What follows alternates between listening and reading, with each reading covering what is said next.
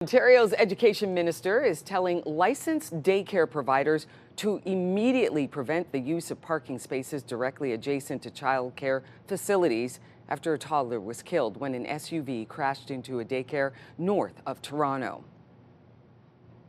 We got to bring in Bill Carroll from 580 CFRA to talk about this really just tragic situation and now the new mandate coming in. Good morning to you, Bill.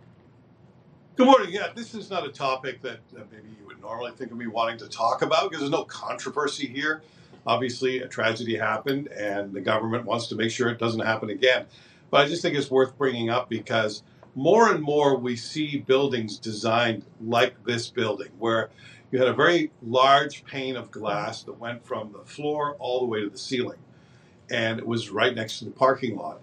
Glass is used in modern building structures more and more because it's very inexpensive and it can cause problems, extra money with heating and cooling in the summer. But in this case, you look at it and it's so obvious in retrospect to have children playing just a tiny sheet of glass away from a parking spot where if somebody were to hit the accelerator instead of the brakes, be in drive instead of reverse, that car could easily go through the window, and we see the terrible result of that. So the mandate is, if you're running a daycare operation, to close off those parking spots, even if it's just during loading and unloading time to make sure no one is using them.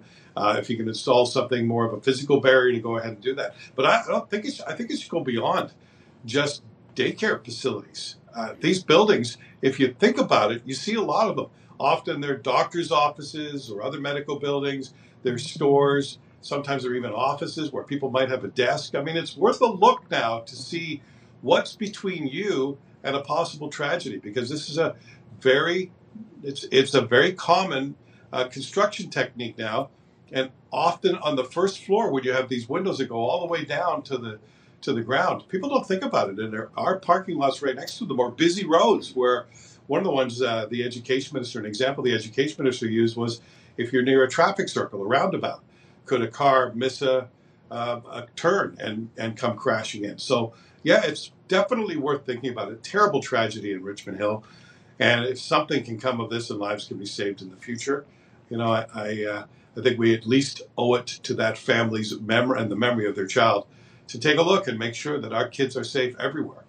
You're absolutely right, Bill. It's really tragic that a 2-year-old had to die for us to realize that there's a genuine flaw in that kind of construction, and you really shouldn't have the opportunity for cars to just plow right through glass. Thank you very much for your time this morning. Have a great show, Bill. By the way, I really like all this stuff around me. I could read the headlines below while I'm on the air. Very cool new look. Thank you, Bill. And remember, congratulations on the launch of the new look show. Looks great. Thank you, Bill. And remember, you can listen to The Morning Rush with Bill Carroll on News Talk 580 CFRA weekdays from 6 to 10 a.m.